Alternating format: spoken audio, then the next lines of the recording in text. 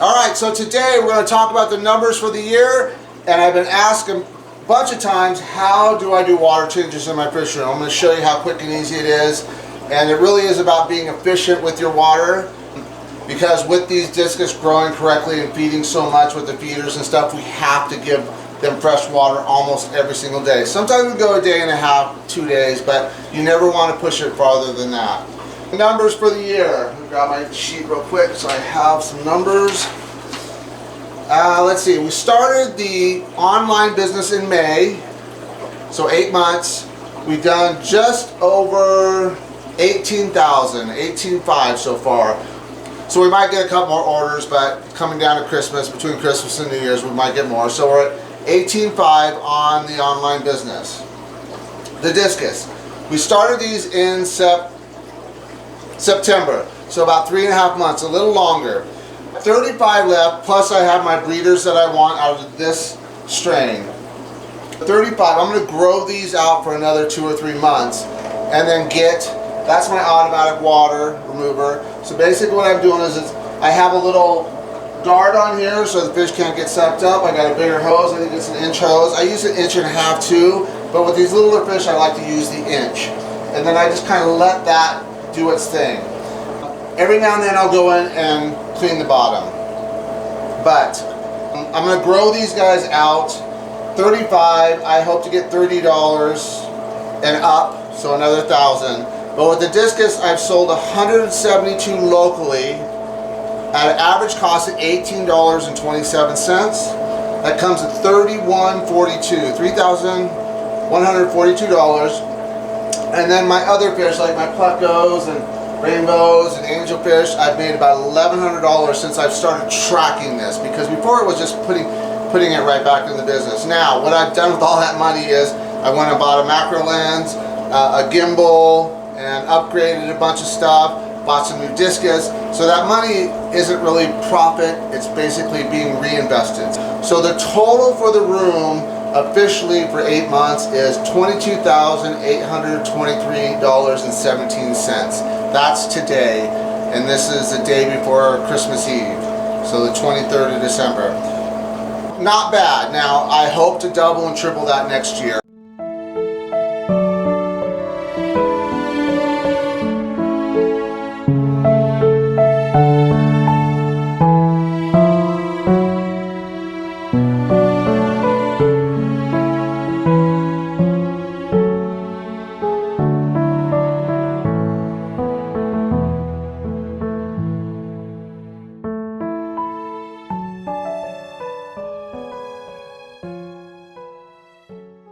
Yes, you can make money in a fish room.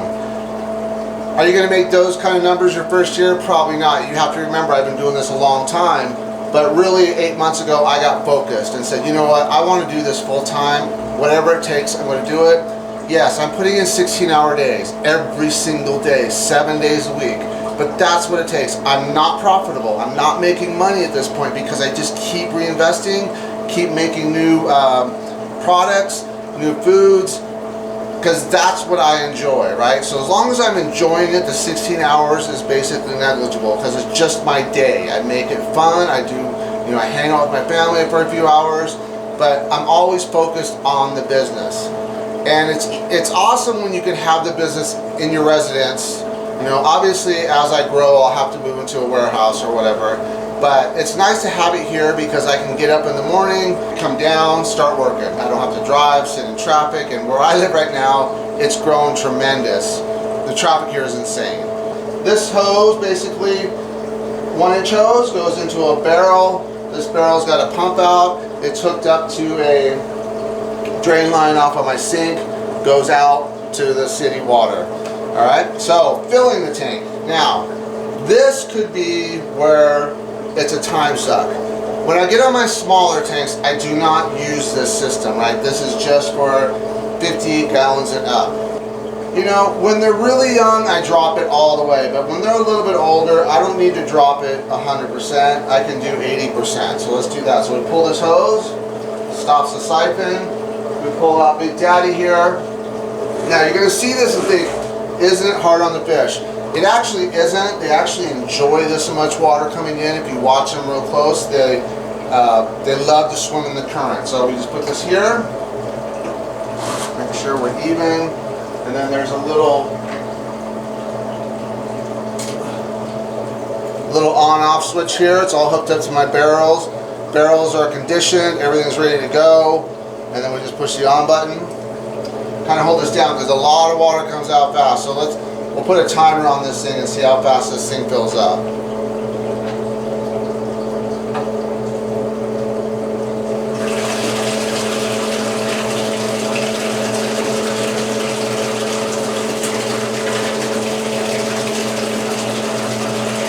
So one thing about, no matter if you use automatic, I don't like automatic water systems for one reason is I've lost fish rooms from city cleanouts as far as when they're changing over and they're basically treating the water and they double and triple dose it.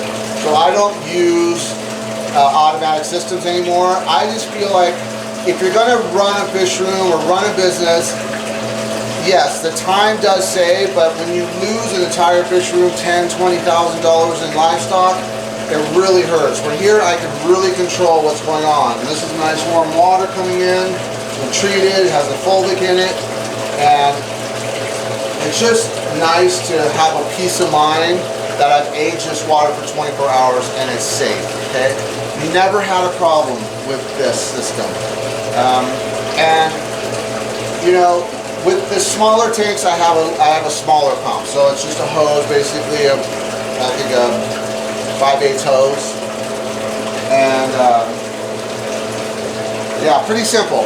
So water changes, very quick, efficient, and this could be what takes you so much time is doing these water changes. So you have to come up with a system that's quick. All right. So almost full. I don't know how long it's been. I didn't even look at the clock, but we'll put a timer on it. So my shut-off automatic, my sump automatically shuts off when it gets to the bottom, and it turns back on at about a little under 3/4. So it's automatic there. Now this is not an automatic system. This is a semi-automatic system, and yes, I have to be present, but that's how I like it. I like the fact that I'm hands-on. Okay. All right. We're almost done, and for this one I do not fill it up to the rim because I have this side open for the feeders. So I go about to there and stop. So pretty simple on the water changes, right? You have to come up with a system that works. Semi-automatic I prefer, but you can go automatic if that's something you want to do, and dilute. So the problem with diluting and auto feeders and relying on those is you feel like you do not have to come in and check on your stuff sometimes. Well, here's the thing, you have to check on it even more, believe it or not, because if something goes wrong, it's going to be catastrophe. I'm present when I do this for a reason, because I will never go through losing an entire fish room again. I will never go through watching tanks full of fish die in front of me and then I have to take these fish and bury them. I will never do that again. So this is actually easier for me because I have peace of mind. I'm always in control, and I'm a control freak. So that's why I love this system, and I love the speed of it. The fish have no problem with the current, so don't think you get freaked out that it's causing all these problems to the fish. They don't even notice it. They just swim in the current or they move away from the current. And they know when it's coming. They know when this thing hits the side of the tank, they're preparing for water.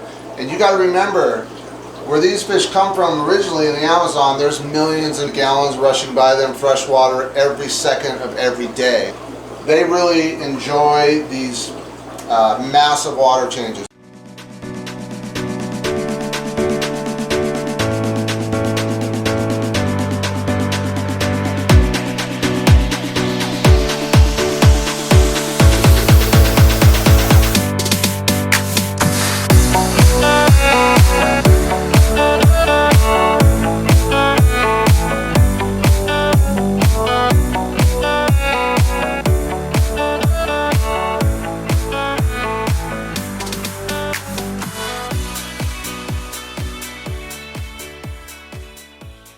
Now, on my older older fish, I do not do this. On my older fish, I drop maybe down to, I don't know, 10%, 15%, maybe 20%. But yeah, never, I don't really do 50% on, because, you know, one thing is I don't overstock my tanks. Now, if a tank's overstocked, then yeah, I will drop it to 50% with adults, but usually it's not. But I don't really worry about doing massive water changes. And this has just 2 sponge filters. So they do well with just the sponge filters because the bacteria, the good bacteria is doing its job. This is a massive monster sponge that I would never buy again. I bought it early on thinking I could, you know, kill 2 birds with 1 stone. But one thing about this I don't like is maintaining it, because squeezing it just kills your hands because it gets so stiff. I don't even really touch that sponge anymore. I have a smaller sponge on the other side that I clean.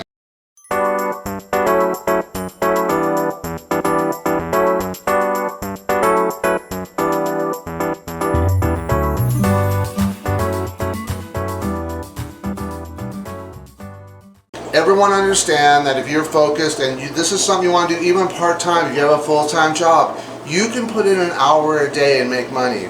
Now, how do I sell my fish? Soon I will be selling them online, definitely. And I'm working on all the shipping, the packaging, everything. I'm gonna model Myrtle Discus because I think I've gotten probably 8, 9 orders from them, and everyone has been perfect. Never lost a fish. They sent it to me in the middle of December. I mean, there's never an issue. Working on that, but that's going to be another probably 6, 9, maybe a year down the road. So what I do here is I sell them locally, and I just put an ad on my local classifieds, and I don't try to make a killing on these fish. I just want to cover my costs. I want to make a little bit of money that I can reinvest. You know, you think $18 a discus is a great deal. It is a great deal, but that's not the point for me, because what happens is a lot of people get into the hobby because they're buying, you know, $10 discus, $20 discus, $25 discus. They can afford that and feel like they're not throwing away, you know, $500 on fish that they don't understand. And what's nice is I can kind of help them through the process. You know, they watch my channel. Some of you are probably watching this channel that you bought these fish from. So yeah, 35 left. These are the youngest ones. I would say they're about a month, maybe just around 2 months, just under 2 months old. I'm probably going to grow these another 3 months and get a little bit more money. I'll probably end up taking these down to the waterfront. I'll grow them out nice. Now, one thing that's nice about this last batch, I think my call rate was under 1%. That's awesome as a breeder because I hate having to cull fish. It sucks. So when you have 200 fish, you only got to take down a couple fish because of a gill problem or swim bladder issue or something like that. That's pretty amazing, because I've had domestics, like especially the blue diamond. The blue diamond, oh, I love that fish. Such a beautiful fish, and I had a nice pair, and hopefully I have some pictures I can put up, but their call rate was getting up to about 30-35%, and that sucks. And it was mostly swim bladder, chip fins, eye size difference. There was all different kinds of issues going on, and I just couldn't get a good spawn out of them anymore. So that's what kind of drove me to these wild types, because I realized what was happening was they were so highly inbred. That's what the problem was. The inbreeding had just gotten into that royal family look. They got the big chins, you know, the huge nose. They couldn't speak right. And that's the same thing that happens with any animal that you highly inbreed. That's kind of what we do with our dog. That's why I only buy mutts. I love mutts. I have a blue heeler, Australian Shepherd, Border Collie mix right now. Most amazing dog in the world. Healthy as ever and just looks great. Now, I'm not saying that inbreeding is a bad thing, because that's how we get our breeds, like our special. Like I've had Weimaraners. I love the Weimaraner.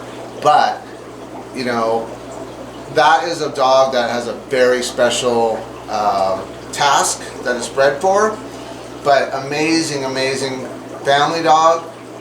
So that's why I kind of like going back to the wilds. That's my process, and I just wanted to make this quick video before Christmas, and I appreciate you guys, and I couldn't have these numbers without you. So I want you to understand that you're making my dreams come true, and I'm going to give everything I can